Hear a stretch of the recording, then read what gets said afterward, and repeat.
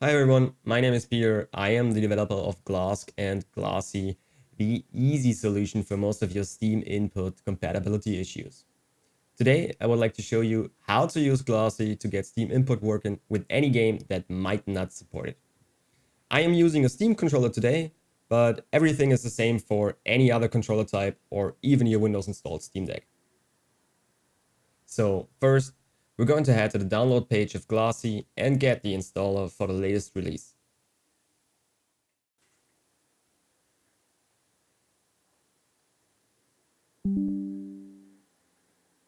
Once downloaded, we'll click through the installer, make sure that the Visual Studio Runtime, the VGym bus and HitHide drivers are selected and hit install. If you never had GlosSI installed before, it is required to reboot the system after the installation is complete. Once the system is rebooted, we're going to open up Steam, head into the settings, controller, and select General Controller Settings. In there, you want to enable Xbox configuration support, regardless of what type of controller you actually want to use. Okay, so that's the setup done, and we are ready to use GlosSI. There are two basic ways of using GlosSI to get Steam input working on a system level. The first one is very simple and almost guaranteed to work, but leaves you without many configuration options and without automatic game launching. The second one requires a few more steps, but it will launch games for you and provide you with the most customizability. Let's start with the simple version first. In Steam, we head into the Library tab and add an on Steam game. We search for GlosSI Target and add that.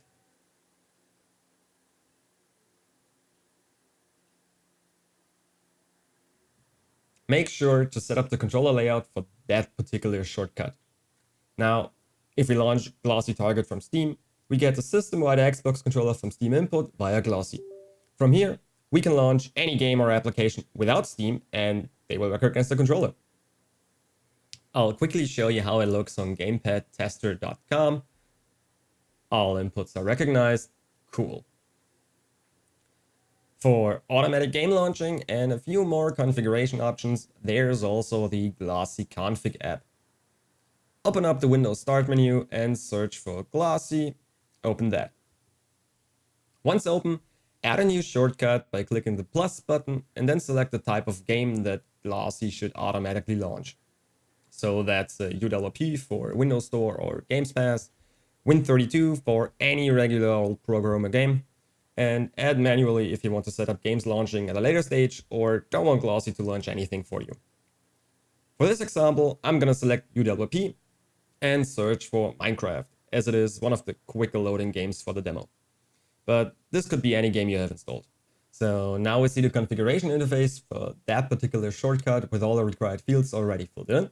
Under Advanced, we can see more configuration options. Most of them bring up a small description when hitting the question mark button. If you're unsure about any particular setting, just leave it at the defaults. So let's click Save, and then the Add to Steam button. GlosSI will now inform us that we have to restart Steam for it to recognize the new shortcuts, and if we close GlosSI, it can do exactly that for us. After Steam is restarted, we should be able to find the shortcut that we just created.